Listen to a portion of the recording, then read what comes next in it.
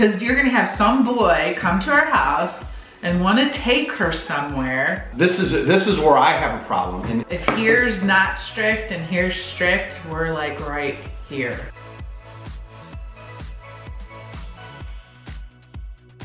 All right, let's roll, honey. Okay. All right, guys, welcome back to Our Family Nest. So you guys know that we're always looking for different excuses to be able to just have chats with you guys about this, that, and the other. So I posted on Instagram for you guys to ask us, well, it's not really ask, to give us assumptions that you have about us, and basically it just gives us topics for things to talk about. So the first one is, seriously? This is normal. Okay. What's the first one? There's squeaky toys in the background. All right. That you two have had a financial and savings plan since you first got married. I'll let you answer. Why's that? Because why are you sitting so far further back than me? Because you deal with the finances. No, definitely not. No, I think we were not very good at saving money until probably by the time we were 40. Yeah. Our 30s. But that's the thing is it's a little conflicting because yes, we plan and stuff like that and we save and yeah, like we traveled a ton. But we also we spend, which then forces us to work harder. Make more. Yeah. Like we'd make the 1 year or the 1 quarter, we made a ton of money and we redid our kitchen. And then we'd make a ton of money and we'd travel. And we, you know, like we made money and we spent it. We did not save a lot of money. Not until we were probably in our 40s. And then we met with a financial advisor and he was like, this is how much money you should try to save. Well, he asked us what we were comfortable with. It's not like he told us what we had to do. Well, I mean, I think you go through stages of life. Like, I mean, your teenage years, you're spending because you want all the cool stuff that everybody else has. Yeah. And then you get into your 20s and you're getting married and houses and all that. So you're spending, then you have kids and kids dream. I mean, kids are expensive. And we've talked about this before. We've always. Hey. We need to take that squeaky toy away. With our kids, we are always the type, like Andrew played travel baseball, and if the bat he wanted was $400, we would buy it for him. Even if that meant that there was like very little money left for the rest of the month to buy food and groceries and stuff like that. But that's not uncommon with any household. I'm still talking to dads now that are buying their kids bats. I mean, that's just what you do when you're raising your kids. So our kids got older. You know, Andrew kind of was on his own. Once our kids graduate high school, they pay their own car payments if they have them, own car insurance, gas, if they go out to eat with friends, girlfriends, whatnot. We don't give them money anymore, even though they still live at home and there's a roof over their head and we obviously pay house payment, utilities, and so forth. But Andrew chips in around here too. I mean, yeah, but I mean, like, so we kind of had, Andrew was taking care of, you know, we had less kids and less things to pay for, so it was like, yeah, we were making more money. Finally, we got to the point where we were making more money, so we started saving. Yeah, I mean, that's the thing is that's just kind of the stages of life. You can't take the money with you, so. Right. Now we're trying to plan for when we're older because, you know, we don't have jobs where you get 401k and all that stuff. Well, not now. That's what we've been doing since we've been 40. No. Well, I'm 47, so we've been doing it We've been saving longer than that, even. I mean, we've been self-employed for 12 years. Yeah, but when we actually met with the financial advisor, and he was like, right. We have money every month that we don't even see it. It just but realize too, even before we built this house, though, we were banking money. Remember? Yeah. Well, because we were saving for something. Anytime, you know. I mean, when we were living in the old house, we had credit card debt just like everybody. We had, you know, the same bills that everybody else has, and we still put our pants on the same way. I think we still have debt. We still have all, you know, or no debt, but we have no debt. Well, we have a house payment. Well, that's some cars. But I'm just saying, we still pay bills and stress about money just like everybody else does. Yeah, for sure. Yeah. Okay. So, anyways, Karli wasn't a planned pregnancy. I thought that was interesting because it was the exact opposite. We were having children until Karli was born. Yeah. Because she wanted a girl. So basically our timeline when we had kids, we got pregnant with Blake on our honeymoon or shortly thereafter because he was born in June, the year after we got married. Chase, it took 9 months to get pregnant with him. I don't know why. Just fluke thing because I always seem to get pregnant pretty easily. So then after we had Chase, and we're like, all right, fourth kid, we got to have a girl. If not, I don't know what we would have done. I guess maybe adopt or something. Kept going. But so right when Chase turned a year old, we were like, we're gonna try right away, because what if it takes 9 months again? And we wanted our kids to be kind of close together. And we got pregnant with Karli the first month of trying. So she was definitely planned. Everything we do. Has there ever really been anything in life that we've done that's not planned? Yes. One time it was New Year's Eve, and we went to a hotel and went to a water park. I planned that. I know, but it wasn't really planned, was it? Yeah. I thought it was a spur of the moment. No, I mean, I planned it earlier in the week. So I guess we've never done anything spur of the moment. It's not like we'd say, let's go to Vegas tomorrow. No, I would be all over that. I need out of here. Anyways, why is Ken mentioned as KK Marino? Who Hope says it's not that? too personal. Who says that? I'm not saying who the questions are from. No, I'm just saying people say that. So obviously Ken Grigorchek's a long name. I grew up in a neighborhood. There were several Kens on the street. One that I was named after, and then 1, 2, 3 others. So my mom would go yelling for Ken, and everybody would be like looking around. So if you take, I think it's and no one's really ever given me the answer. I've been called this my entire life, KK. And that doesn't really stand for anything. Well, I guess you could take the beginning K and the last K, but I've been called KK ever since I was. And then the Marino. I'm a Dan Marino fan for the Dolphins, so my stuff's always been KK Marino. Yeah. That's just been kind of my thing. Okay. Your kids have their own money. Absolutely. Yeah. Absolutely. They all have earned their money. Either through us, through their jobs. I mean, Karli just purchased her new, we gave our part to the car, and she purchased the remaining part of it with her own money. At 15's pretty sweet. Pretty cool. Chase has money, but Chase is actually the worst of the savers. Yeah. He spends it faster than it comes in. Yeah. Blake is a hoarder. I think he's a penny pincher and doesn't spend any money. And Andrew's pretty tight too. good. So yeah, they do have their own money. Yeah. All right. Oh, a lot of money questions. Yeah. You would adopt kids after all yours move out. We've had that. We've actually had that conversation many times of adopting, or even having a reversal, having another child, and I mean it's like having a puppy. It's a great idea, and trust me, I love our kids. I loved having kids. I love the phase, but then you get to a point where it's like, do I want to do this? I love our life right now. I know. Do I want to do it all over again? Trust me, babies they're cute and puppies are fun, but at the end of the day, they don't go away. Like right now we're trying to film. It's like we have toddlers. We have toddlers. I mean, we can't go to bed. They're in between my legs right now. So yeah. I'm gonna answer and say no. As much as I wish, like if all of a sudden some friend called me up and said, you're not gonna believe this, so-and-so at work is pregnant, they wanna have someone adopt the baby, or she wants to, or whatever, and I thought of you. Like, would I say no? That I don't know. God. That would be, if the situation presented itself, that would probably be hard.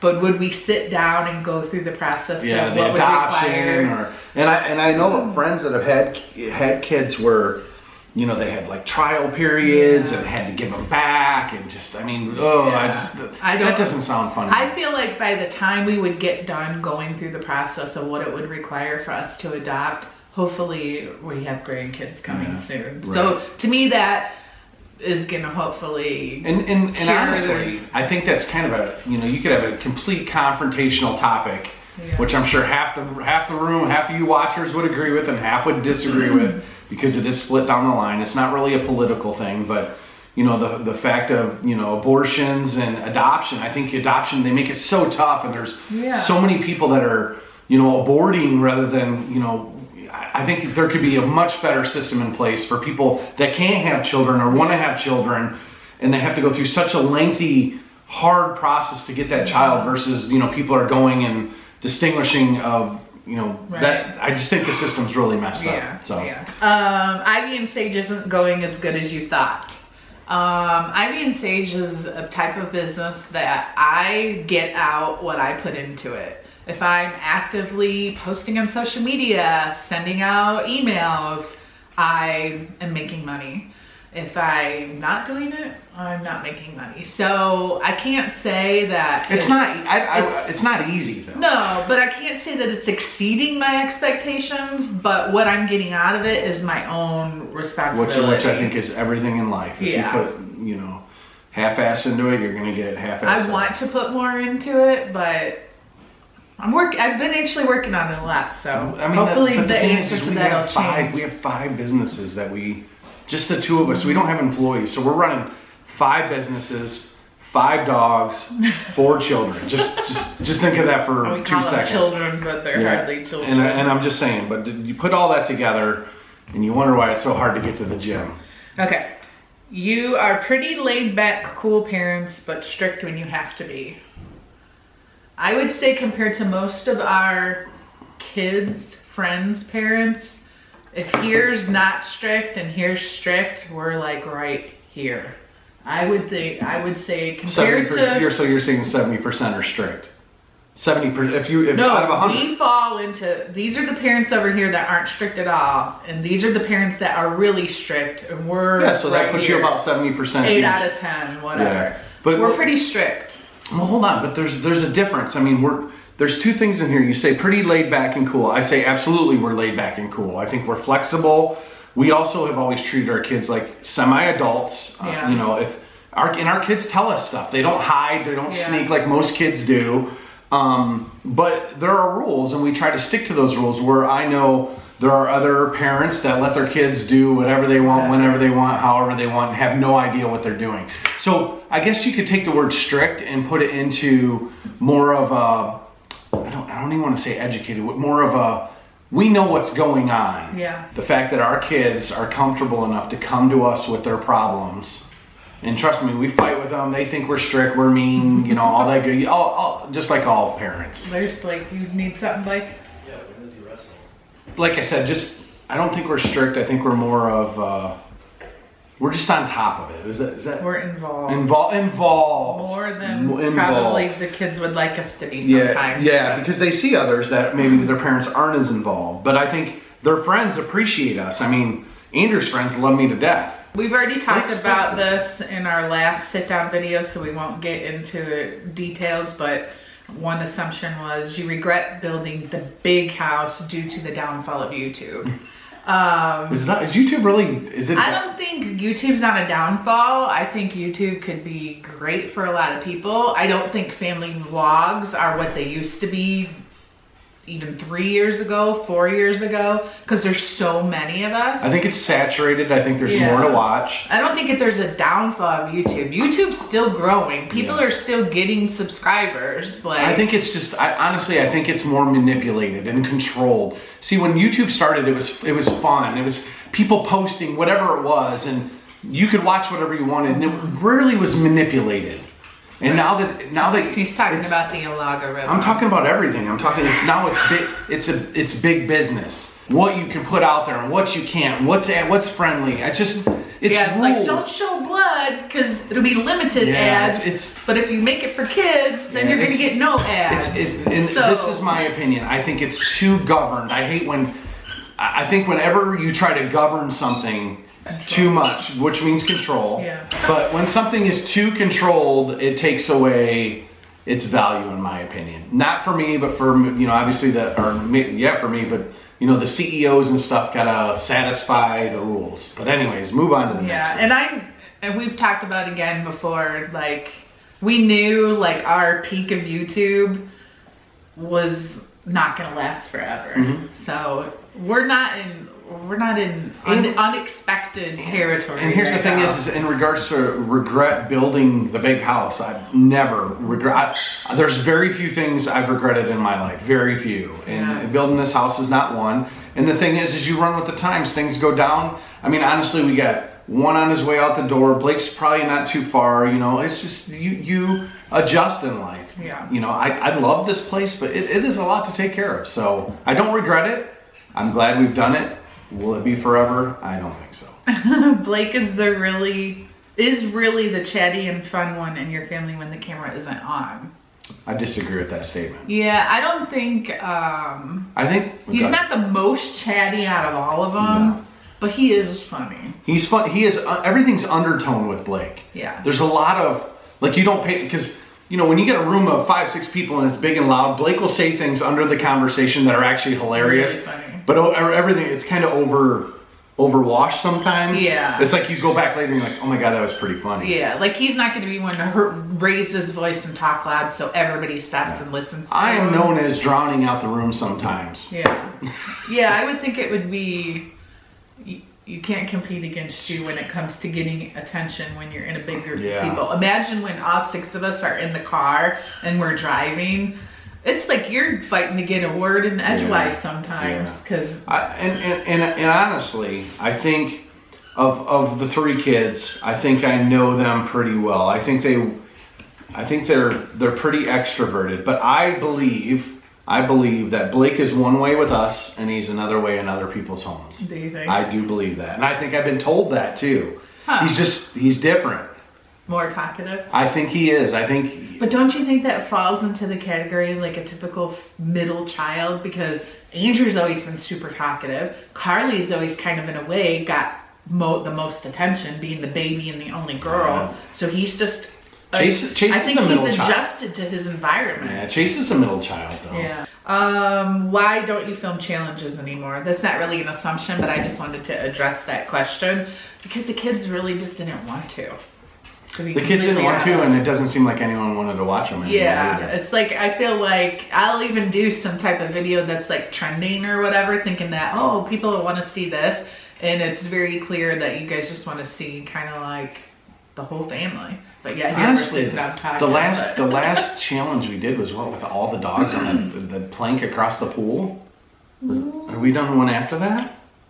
I don't know. We've done like couples things. How do you handle it if Karli started dating and does she get the same freedom as the boys? Move to the next question. I'm not ready to handle that question or discuss it at this point. Will she get the same freedom? Probably not. We probably are going to be more strict because you're going to have some boy come to our house and want to take her somewhere, and it's like you're taking our daughter. That's the thing is it's I a think, different feeling. I don't think it's about equality here as much as it is protection. Yeah. We protect Karli more than we protect any of our other kids. It's not like if Chase and Asha both had their driver's license, and if Asha pulled in the driveway to go take Chase on a date, we wouldn't be like, oh my God, we need to protect Chase. Right. You know what I mean? Because he's a boy. So it's not really an equality thing, so don't think that, but it's more of a protection, you know, protecting your baby, all that good stuff. Right. I assume that you guys forced Chase to drop weight for wrestling. Okay, so this is a tough one. It's still tough for her to swallow, honestly, and most parents. I've been involved in wrestling, and I was a football, baseball guy my entire life. My brother Jim wrestled. I kind of hated it back then. One of the coaches came to a football practice one day and passed out wrestling, and Chase is like, I would like to do this. So we got Chase involved at an early age, and it's like what, 8 years old? He was 7, 8 years old. Chase has learned a lot of valuable lessons. The unfortunate thing about wrestling is classification, and classification in wrestling is usually by age and weight up until you get into high school.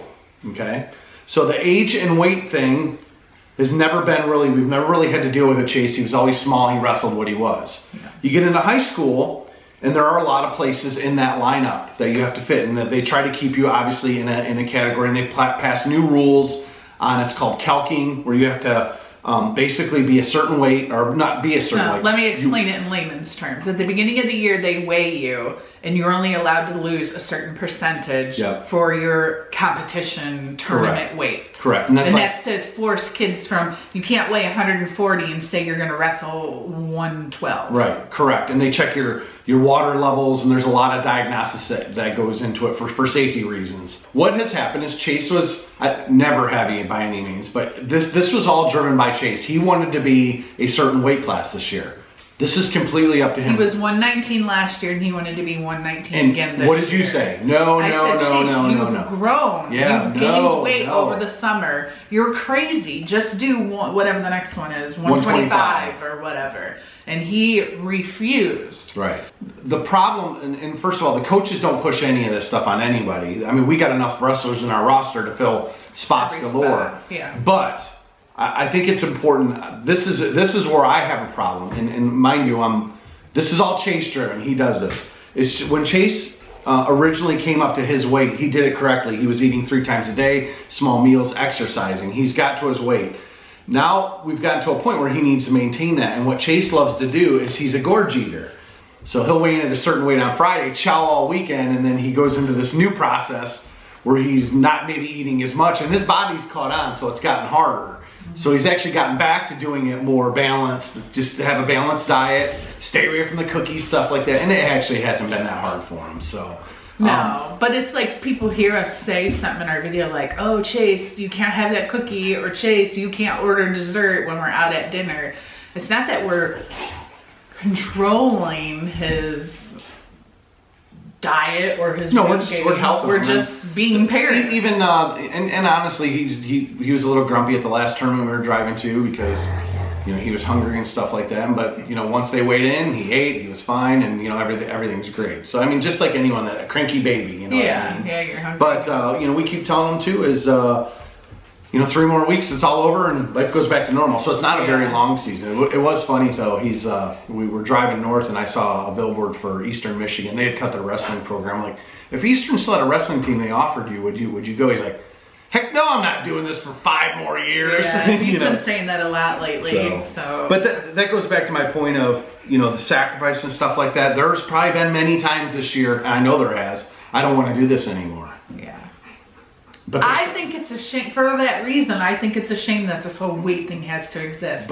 Because if you could just go and weigh whatever and wrestle whatever you weigh, how do you pair kids then? I know that's what's so hard about Then you get a safety issue, is how do you put a 160-pound kid with a 140-pound kid? Imagine if football was the exact same way. How many players are on the field? There is that distance. How many players are on the field? There's 11 and plus 11. What if 11 of this school's kids has to equal the same weight of the 11 of that school's kids? I mean, you would have the same problem with football. You would have weigh-ins, kids not eating the day of their weigh-in. Yeah. And you know what? Think of it this way. Anybody who does Weight Watchers and goes to diet meetings, do you think someone's eating lunch and then going to weigh in for Weight Watchers? No, they're not eating all day until after they weigh in. Yeah, I mean, it is confrontational and all that good stuff, but Chase is fine. He's healthy. I would definitely step in if there was any moment where I felt like he was doing himself harm. Yeah. In a second. And I hate that saying. That's one thing I want to end on is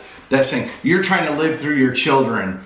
That is not true at all. I'm excited for my kids to achieve things that I didn't achieve. I don't call that living through my children. I call it supporting the fact that here's an opportunity. You get to experience something very awesome that I get to be a part of. I'm not living through you. I get to be a part of, to watch you just... You didn't even know anything about wrestling. No, but watching... He won SECs this past week. Watching him stand on the podium, he was thrilled to death. And had I not been supportive through that process, he would have never been to that point. Or, kind of encouraging him to stay on par, stay on doing what he's doing. He'd probably be upstairs playing video games, eating chips, and probably weigh a lot more than what he does right now. But if that comes to that, and that's what he ends up doing, eventually that's fine. But he's built himself a great career. He's done a great job, and I'm excited to watch him finish it. So hey guys, thanks for asking questions and trying to get into our lives. I'd love to give you more. We have no secrets. I think we're good parents. I think we have great kids. I think we have a great life. We do make mistakes, not many. I'm just teasing. We just keep trying and keep moving forward. So all of those what do they call them, misconceptions? I don't know. Assumptions. I like reading them. I like listening to them because some of it's funny. If you hung out with us, well, you guys should know us anyways. You've been watching this for years. I know we don't show everything, but you can probably tell in our personalities and tone what kind of people we are. So thanks again. Thumbs up this video. Subscribe, turn on your notifications, keep watching us. Thank you very much. We'll see you soon. You talk a lot.